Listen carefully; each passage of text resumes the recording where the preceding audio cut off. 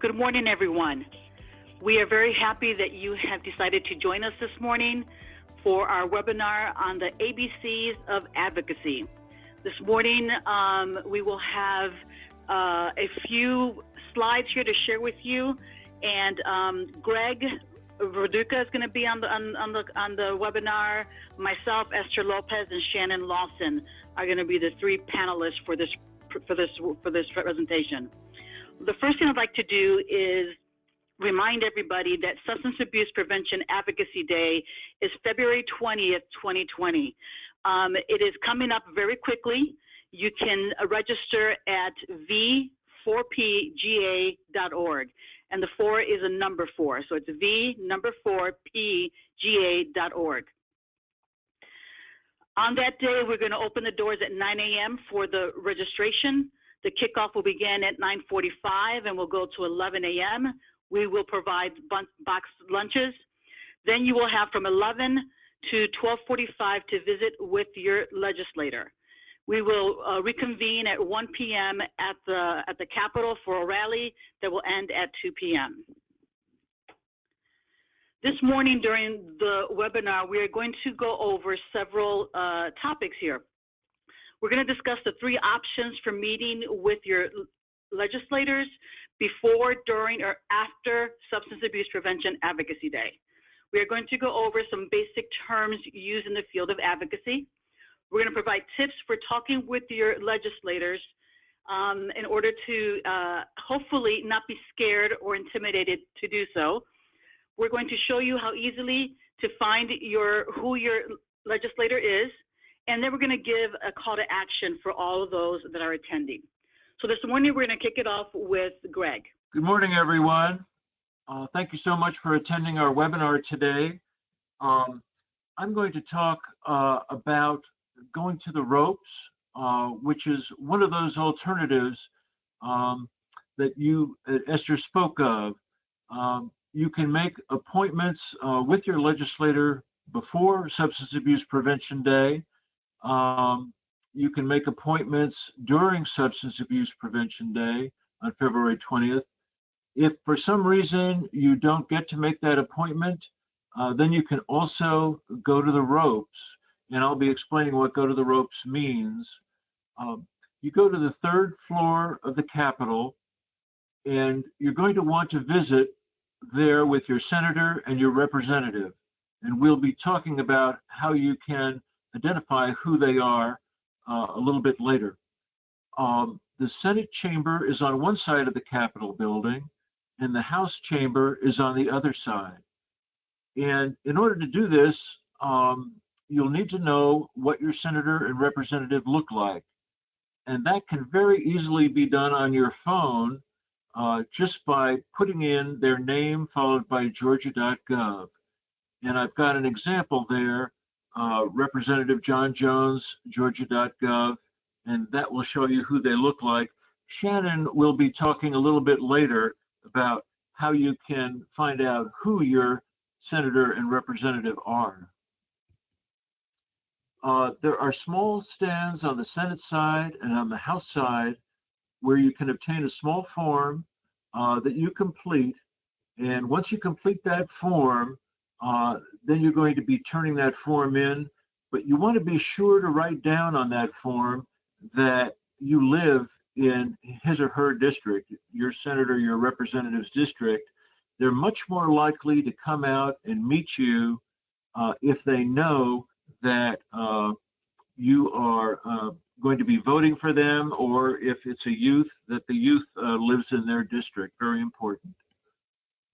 So then you stand in a line that you will see on the Senate side or the House side to give the form to a secretary whose desk is near the chamber door.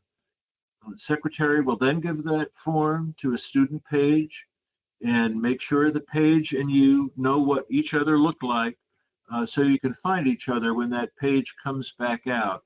It's good to be vigilant. There's so much going on in the hallway there, as you can imagine, and just stay focused and continue to look for that page when they come out. The page, when they go in, will carry your message to your senator or representative if they're in the chamber and at their assigned desk.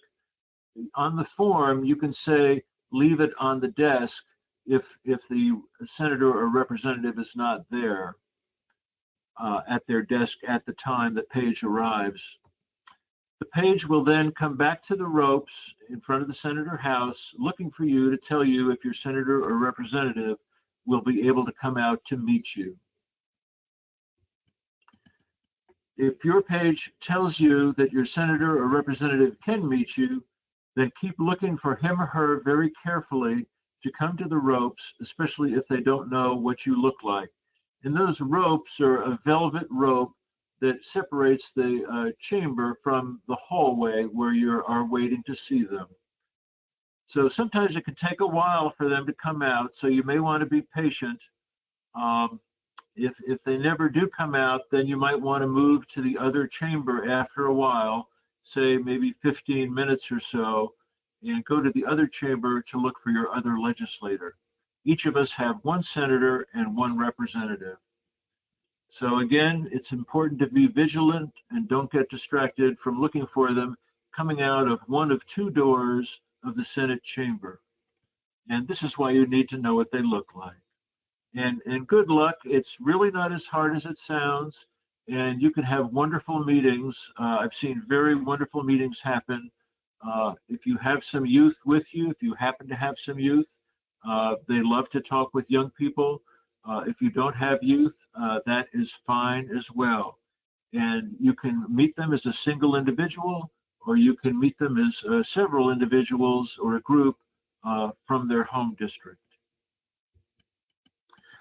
I also want to talk about advocacy terms, because advocacy covers a broad range of activities that seek to bring about social change. And a definition that we're going to be using, because we'd like everybody to be on the same page while we're talking about this, both today and at Substance Abuse Prevention Day itself, because there are some differing terms, but if everybody could stick with these terms, it would really help us communicate with each other in the best way possible. So two major forms of advocacy are lobbying and policy education. And these definitions are taken from CDC's anti-lobbying restrictions, which nonprofit 501c3s, which mostly everybody listening belongs to, who receive federal funds either directly, for example, through DBHDD, or indirectly through their state or local government. And that fits a lot of us who may be ASAP contractors, because those are federal funds coming through the state, coming through DBHDD, for example. So with lobbying, there are two kinds of lobbying.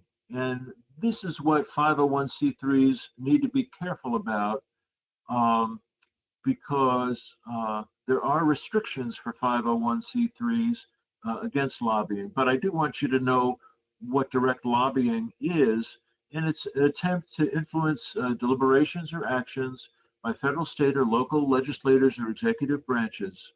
And it includes communications that refer to a variety of things such as legislation, appropriations, which is funding, regulations, and executive orders. So in simple language, direct lobbying means telling your legislator, county commissioner, or city council how they should vote, yes or no, on a certain bill, resolution, or ordinance. And that really is what lobbying boils down to, is telling a policymaker how they should vote. So it's really very, very simple. The second kind of lobbying is grassroots lobbying. And this is where a person may be trying to get members of the public or to contact their elected representatives to urge them, again, how to vote on a particular piece of legislation or a particular ordinance or a particular funding bill. So in simple language, grassroots lobbying means telling the public or telling members of a particular group or audience, urging their elected legislators to vote in a certain way, yes or no, on a particular bill. So right now, if I was to tell you to tell your legislator how to vote on House Bill 1058, I would be doing grassroots lobbying. So this is what nonprofit and governmental member agencies can't do. However, any individual can exercise their First Amendment right to lobby as an individual. So that is important to know. You have a right to free speech, but you have to be careful if you're going to do that. For example, use your personal email address and not your work email address, and be sure to lobby on your own time, to take a paid time off of your vacation day, something like that. With government employees, it's a little more stringent, and DBHDD, for example, would like any government employee to check with their supervisor before engaging even in lobbying as an individual. So the good news is that nonprofits and government agencies can do a lot regarding a second kind of advocacy, policy education. And the following again is taken from these anti-lobbying restrictions for grantees. And so examples are provided for illustrative purposes. I'm not a lawyer, so I can't give you definitive legal guidance. So if there are certain specific circumstances that you may have questions about, it is good to refer to an attorney just to make sure you're not doing any lobbying and you are doing policy education. DFC grantees, their regulations are a little more stringent than for the rest of us, so they should make sure to read any additional lobbying restrictions in their contracts. But there is so much that we can do in terms of policy education. And some of those examples of policy education are educating the public on personal health behaviors and choices, conducting research on policy alternatives and their impact. And this is something 501c3s and governmental agencies can do. When we conduct those educational campaigns, however, it is important to explain both sides of the policy, advantages and disadvantages, demonstrate the efficacy, how effective they are, but possibly where they might be ineffective as well. So in other words, you can make your case, but it needs to be a balanced approach where you are presenting the other side to some extent. In other words, being balanced in your analysis. And you do need to avoid an express call to action, again, avoiding telling a legislator how to vote on a particular issue. In other words, one way to understand this is policy education really means you can lead a horse to water, but you can't make them drink. In other words, you can educate them all about the issues concerning a certain piece of legislation, but you just can't tell them how to vote on that specific piece of legislation. You can't say you need to vote yes or no on this. You just need to give them the facts, the statistics, the data that they are so urgently in need of in order to make a wise decision on a piece of legislation. Leading the horse to water, but not making them drink.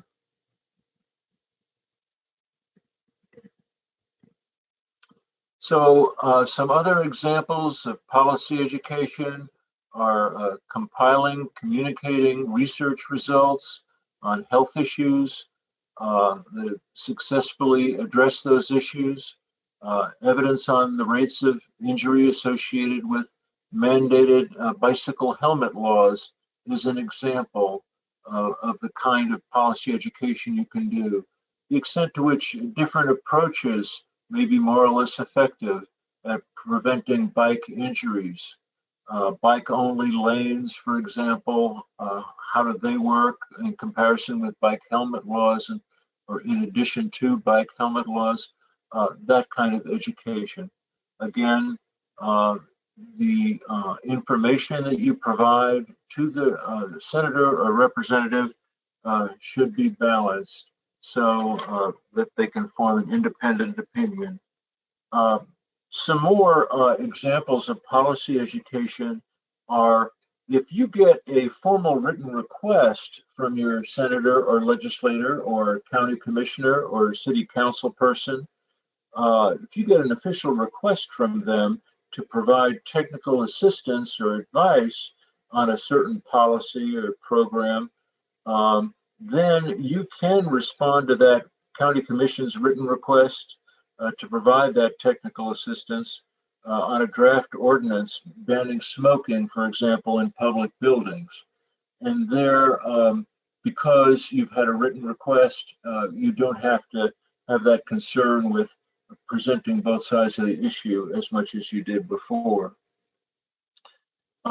Educating the public is another example with best practices or success stories across the state of Georgia or across your particular district, your particular county, or your particular community. So there's so much that we can do to educate our legislators, and they are so in need of our education, especially if you can present to them local statistics of what's going on with a particular alcohol or other drug-related issue in your community or city or county. So at this point, I am going to turn it back over to Esther for our next topic on the agenda. The next thing we're going to talk about are tips on talking with your legislator in person. Now, I don't know about the rest of you, but when I first came into this field, I think one of the most intimidating things was the idea of speaking with any elected official, whether it was in my community or going to the state, even at CATCA one time, going to over there as well. It was very intimidating. And so what we wanted to do is go over some basic tips. Some of them seem like common knowledge, common sense, but we wanted to make sure that we presented these in order to make everyone feel more at ease. Because like Gregg said before, it's really not as hard as it sounds. So a couple of things before going to the meeting, whether it's at Prevention Day or after Prevention Day, you still want to think about these things before you meet with them. And I know Shannon is going to go over a few more details based on her experience, but you want to do some homework. You want to find out, gather data about your community, do some homework about the legislator himself or herself, know the basics about the substance abuse prevention topic you are going to address. Now, one of the things that we do for Prevention Day is that we ask you to choose a specific topic to discuss there at the events, because we have topics by table, and so we will go over some of the details. In your community, you may be addressing several topics, but one of the things that you want to do is limit what you're going to discuss. So know the basics information about the substance or the topic that you're going to address, and have that information ready. And one of the ways to do that is to prepare and practice your elevator speech. Now, those of us that have probably gone to some trainings or workshops have heard of this before. It's basically a short 1 to 2 minute speech that explains what you want and why you want it. Again, I'm not talking about asking them to vote for something. Gregg just went over that. I'm talking about what information you want to present. If you're talking about underage drinking and you specifically want to talk about social hosting, then that is what your elevator speech should be about. If you want to talking about suicide prevention or a different topic, make sure that your elevator speech is short and it includes what you want them to hear from you in that time. One of the ways to help prepare is to have some things to take with you when you visit your legislator. One of the things that we help to provide are fact sheets. On our website, you will find the fact sheets that we used last year. This is a one-pager that we have prepared by substance, and it is something that you can hand your legislator when you leave the meeting. The other thing that is recommended is that you prepare a one-pager about your community-specific data, because the ones that we provide are statewide. But if you have data and you can collect data about your community and why underage drinking is a problem in your community, that one-pager is going to be also very impactful to give to your legislator. Again, these are sheets that you want to have extra copies to leave with them. And very important, I know again, this is common sense, but leave your business card.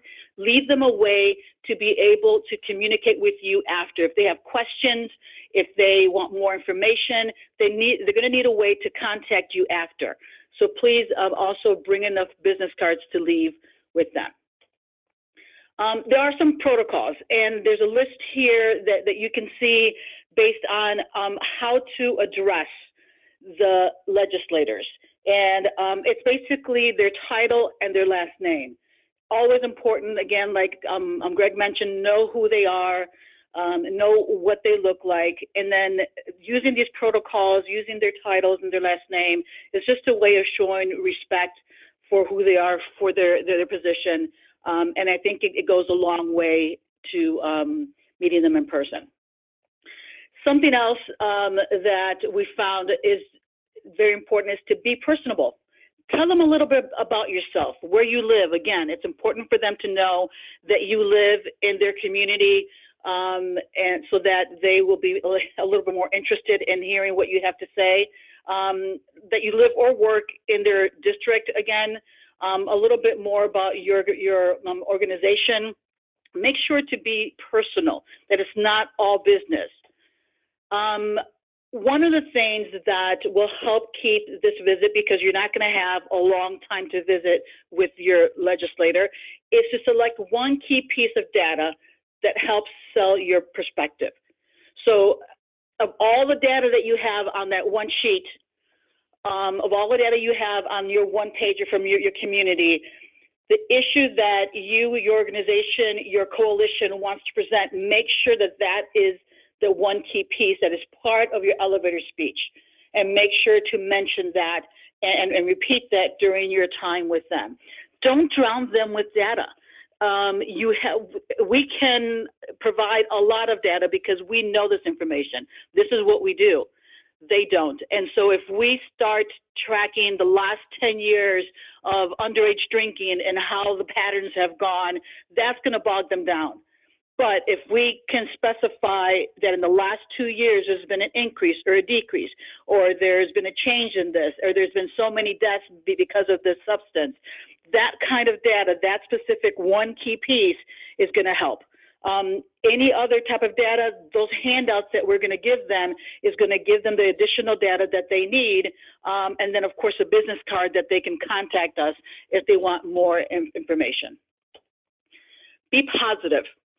And sometimes this can be challenging because we're in an environment like the Capitol, and we're unfamiliar with what's going on. Sometimes there are some challenges. I've heard groups that have made an appointment with their legislator and he or she has been called away, so that can be frustrating. It's very important to stay positive. Don't be argumentative.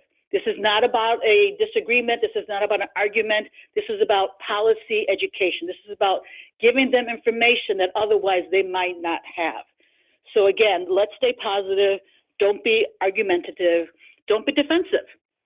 I remember one time speaking with an elected official in one of my communities that said underage drinking was not a problem. And, you know, as a preventionist, you can say, are you kidding me? Yes, it is a problem, but no, we cannot be defensive. They may ask us some tough questions, But our job then is to stay positive and go back to that elevator speech, go back to that key point to be able to provide the information that they need. The goal of this, the goal of meeting with your legislator, is to build that long-term relationship. We want to make sure that when we leave there, there is follow-up, that it's not just a one-time thing, that we build this relationship with our legislator. When you end the meeting, again, we can't stay too long. I think sometimes they will let us know how much time we have with them, but make sure to keep it in your mind to keep the meeting short. Thank them for their time and attention. Even if it's been challenging, always thank them for their time and attention, because it is important to, again, build that relationship. Again, if you have any questions, please feel free to type them in the chat box, and we'll answer them in a little bit. Now we're going to go to Shannon, who has had several experiences in visiting with her legislators, and she's going to give us some more information about her experience. Perfect. So, yes, my name is Shannon Lawson. I am, just to give you a little background of what I do currently, I'm the project coordinator of the Upson GenRx project. And despite unlike my colleagues on the call, I only have 5 years in prevention. So I am a baby at this, but I have seen and done a lot of things in the last 5 years that have just excited me. And I'm excited to share with you my experience with policy education and advocacy. I was asked to share about how to make an appointment. So we're gonna just talk about that a little bit. Just a little more background on myself. This girl you see here in this picture, this bright-eyed young thing, she was excited to graduate high school in LaGrange. She was excited to go become a teacher, just like her mother and her grandmother, and she was excited to live out her life in the classroom and touch young lives. And fast forward to 2015, she never saw herself having the chance to go to Washington, D.C. and speak on behalf of the Georgia delegation to Senator Perdue and Senator Isaacson's chief of staffs. But here I am, and here you are too. If you don't see yourself as an advocate, if you don't see yourself in this role of policy education, if you can't kind of fathom that right now, don't worry. There are people just like you. We will. We can gather together. We can work out a plan. We can build our capacity together. Because just like this young lady, I never saw myself going to do these things that I find myself enjoying and really having an exciting time promoting my community to people that would like to hear. Now, it is important, and Esther has spoken about it, Dr. Raduka has spoken about it. It's important to do your homework. When you're meeting with your legislators, knowing about them, knowing about some connections that you and they may share is important. I would also like to share this link. Just Dr. Raduka mentioned about knowing what they look like, and he shared a way to do that. My kind of center of how I go about doing things is I go right here to the Georgia General Assembly website. It's a little bit cumbersome, I will say, but within this website, you can find House of Representatives, state senators. For instance, we're going to click on the House of Representatives, go down here, find your lawmaker, and I already have this document pulled up. Within within that website, you can find this House member directory, which is a beautiful document that shows pictures of representatives. It gives their Atlanta office address. It also gives the committees they serve on. And I just love printing this out, overlooking and giving this a once over, kind of connecting with pictures and the committees they serve on and refreshing my mind there. Also, get back to my screen. Those other links under there are those documents for the House. And there's also similar documents in that website for your senators.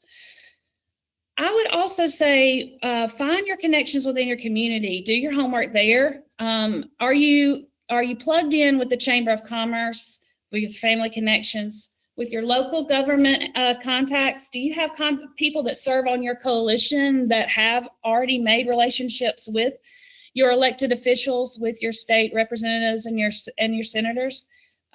Maybe they can reach out on your behalf and do some introductions, some pre-introductions there. That is how I got to meet for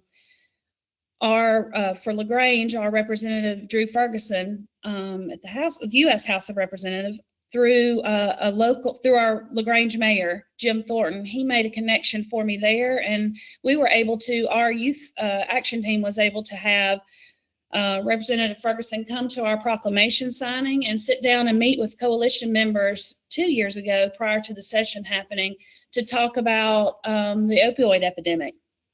And he asked us our opinion, what we saw locally, what he felt like, what he and his team should work on. It was just a fascinating exchange of ideas, and how we got to that point was just so exciting to me and to my coalition members at the time. And then social media pages of your legislators all have, I'm sure, personal pages, but as well as elected pages as well. And I would really want you to connect there as well. And then doing your homework and then making those connections. So before SAPAD, Substance Abuse Prevention Advocacy Day, you're going to want to contact those your members either by email. Maybe you found out they're going to be at a Chamber of Commerce meeting, and you can meet them face to face. Of course, there's good snail mail. Those addresses I showed you earlier, or contacting their communications director or person, their secretary, making a phone call. It's just seeking out, making contact there. During the event, Dr. Gregg talked about going to the ropes. And then if you do have an appointment to meet with your representative or senator, please make all attempts to meet that appointment, to make that appointment. And then afterwards, just like your mother taught you, or hopefully your mother taught you, send thank you notes. Follow up with any requests that your legislator may have asked of you. If there's data they requested or other information they requested, make sure you send that back to them in a timely manner. And then there's always, as Esther mentioned, we want to build those relationships, a sustainable relationship. So inviting them to coalition meetings or events that you are hosting in your community, have them come out and be a part, especially if Dr. Gregg mentioned, if it's a youth event, they're really drawn to making connections with youth. So that's my experience. And I am going to turn this back over to Esther. I think, Gregg, you had one more call to action that you wanted to do. Yes, and there are two main parts to this call to action. Please set up your meetings. This is the most important part of Substance Abuse Advocacy Day. The kickoff is going to be wonderful. It's going to be motivational, and it will be wonderful to see you all there. The Capitol rally at the end of the day is going to feature the governor. It's going to feature the attorney general and a number of fantastic speakers and very important subjects. But at the end of the day, these meetings with legislators are just incredibly important. Substance abuse prevention is so important. And the longer I'm in our field, the more I realize how very important it is. Treatment is fantastic, and I'm a licensed professional counselor myself and have engaged in the treatment process for a number of years. But to try and stop the suffering before it ever starts, that's really where it's at. As you all know, abuse and addiction cause incredible suffering in people's lives. And those of us in substance abuse prevention are stopping that suffering before it starts or before it gets too bad. And that is a tremendous achievement. It's a tremendous help that is so very needed in our society right now. So you have a vital message to save minds, lives, and futures. So your attendance at Substance Abuse Prevention Advocacy Day is tremendously important. And we look forward to seeing each and every one of you there. Please set up your meetings. beforehand. It may be difficult to see them in your home district before February 20th because the session is going on now, but they do return home from time to time, especially if they live close to the Capitol.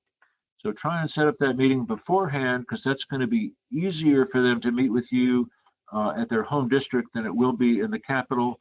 But if that can't be, please set up that meeting to meet them at the Capitol. And if for some reason you can't get that appointment, then that's what going to the ropes is about, and asking them to come out of the session to meet with you for a few minutes at the ropes. So that's all we have for today. Please feel free to call any one of us.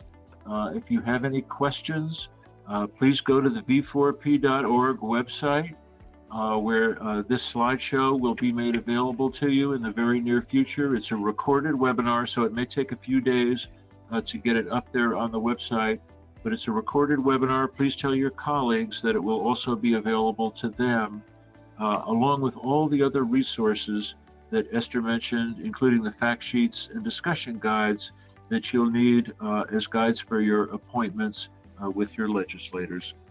So thank you all for joining us. Hope everyone has a great day. And again, look forward to seeing you on the 20th.